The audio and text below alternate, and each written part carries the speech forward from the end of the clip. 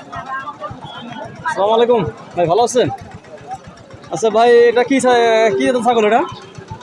এটা north Bengal. North Bengal. দাম ধরাইছেন? কত? 500।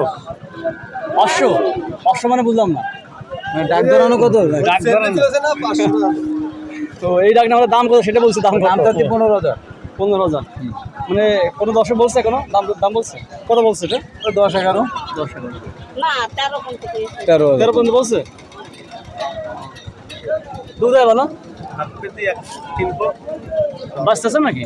বাচ্চা বেঁচে দিয়েছি। আপনার ফোন নাম্বার বলো। বলতে পারবো না। ওটা 01304